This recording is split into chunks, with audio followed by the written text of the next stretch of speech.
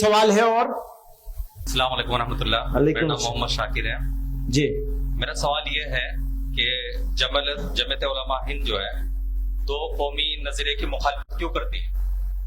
وہ تو میں نے شروع میں بھی بتا دیا اپنی تقریر میں. ان کے سوال کی وجہ سے اس کو دوبارہ کہہ دیتا ہوں شارٹ میں، مختصر میں. یہ نئی بات نہیں ہے، یہ تو پرانی بات ہو گئی دو قومی نظریے کی. اور یہ سوال آیا، میں نے اس سے پہلے اپنی تقریر میں وہ بات کہہ دی ہے کہ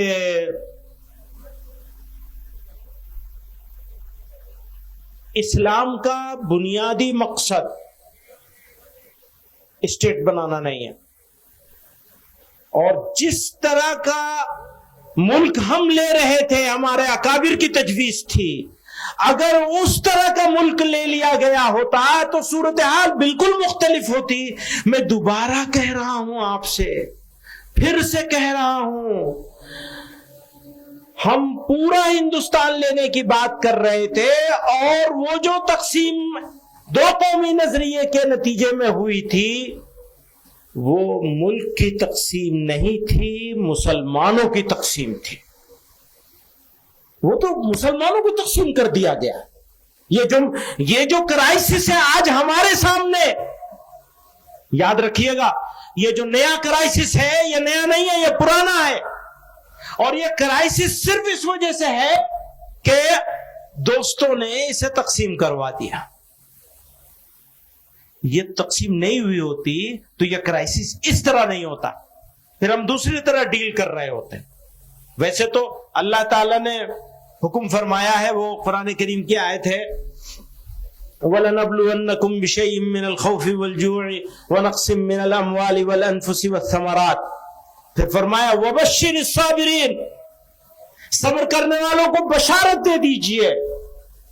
آپ اپنے اموال کو جلائے جانے سے، اپنے پھلوں کو، اپنے باغوں کو اجاڑ دینے سے، اور اپنے وَلَنَبْلُوَنَّكُمْ بِشَيْءٍ مِّنَ الْخَوْفِ وَالْجُوعِ، بھوک سے، خوف سے آپ آزمائے نہیں جائیں گے. ایسا کیسے ہوگا؟ اور بشارت تو پھر آپ کو ہی، صبر کرنے والوں کو ہے. تو یہ تو امتحان تو ہمارے سامنے آئے گا، برابر آئے گا. میں جو بنا ہے نا تقسیم کے نتیجے میں، اس کے بارے میں بات نہیں کرنا چاہتا، ورنہ دوستوں کو پھر موقع مل جائے گا، لے اڑیں گے. بات کروں گا اس کے بارے میں بھی، آج نہیں، پھر بات کروں گا. جو بنایا گیا اس میں کیا ملا ہے، اور نہیں بنتا تو کیا ملا ہوتا، اس کا انالائسس بھی ہونا چاہیے، ضرور ہونا چاہیے. کیوں؟ ماضی کی غلطی اگر انالائسس نہیں کرو گے تو مستقبل میں پھر دہرا دو گے. بیماری کا علاج کرنا ہے، بیمار بنے رہنا نہیں ہے. اگر مسلط ہو گئی یہ بیماری کہ جی ہم تو بس اب یہ تو ہم بنے رہیں گے بادشاہ. وہ کہتے پدرم سلطان بور.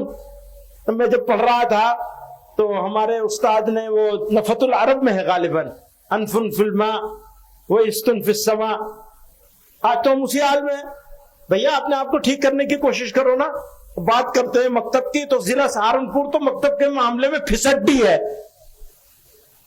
آپ لوگ یہ عزم کر کے جائیں گے کہ پورے ملک کے تمام اضلاع میں سب سے شاندار ضلع یہ ہونا چاہیے، مثالی ضلع ہونا چاہیے. ہونا چاہیے نہیں ہونا چاہیے؟